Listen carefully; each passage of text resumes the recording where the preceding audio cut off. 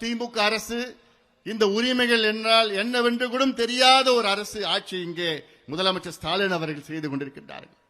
அன்றாடம் நடித்துக் கொண்டிருக்கின்றார்கள். குறிப்பாக முதலமைச்சர் அவர்கள் அன்றாடம் பார்த்தாங்கன்னா ஒரு 2 மணி நேரம் கால் ஷீட் முதலமைச்சருக்கு வருவாரு, ஒரு ஆக்ஷன் அப்படின்னு சொல்லுவாங்க, ஒரு 2 மணி நேரம் நடிப்பாரு, அதுக்கப்புறம் முடிஞ்சிடும், அதுக்கப்புறம் வீடியோ போட்டு அதை தொடர்ந்து நாள் ஃபுல்லா போட்டுட்டு இருப்பாங்க. இதான் நம்ம பார்த்துட்டு இருக்கிறோம். மக்கள் இன்று கோபத்தில் இருக்கின்றார்கள். அதுவும் குறிப்பாக விவசாயிகள் இன்று கொந்தளிப்பாக இருக்கின்றார்கள்.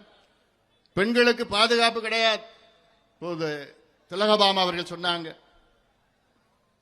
தமிழ்நாட்டு பெண்கள் ராத்திரில இல்ல பகல்ல கூட சாலையில நடந்து போக முடியல.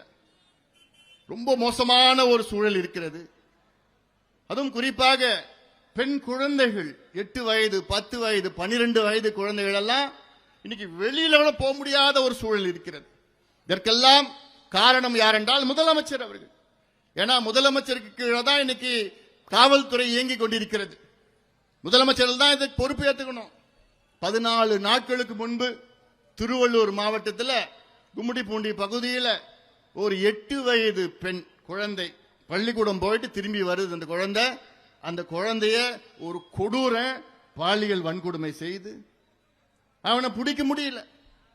அதன் பிறகுதான் பாட்டாளி கட்சியுடைய நிர்வாகிகள் திலகபாமா உள்ளிட்ட அத்துணை நிர்வாகிகளும் அங்கு அனுப்பி வைத்து அந்த குடும்பத்திற்கு தைரியம் சொல்லி, நானும் அந்த அப்பா அம்மா கிட்ட நான் பேசினேன், எனக்கு பேச முடியல.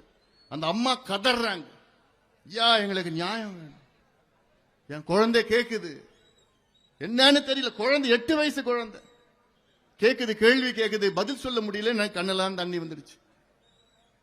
ஐயா எப்படியாவது அவனை பிடிக்கணும், அந்த பிடிச்சி அவனை முடிச்சிடுங்க ஐயா, சொல்லுது, அந்த ஆதங்கத்தை சொல்லுது, முடிச்சிடுங்க, அப்பதான் என் குழந்தை நிம்மதியா இருக்கும். அந்த அப்பா பேசுறாரு, கதறார்.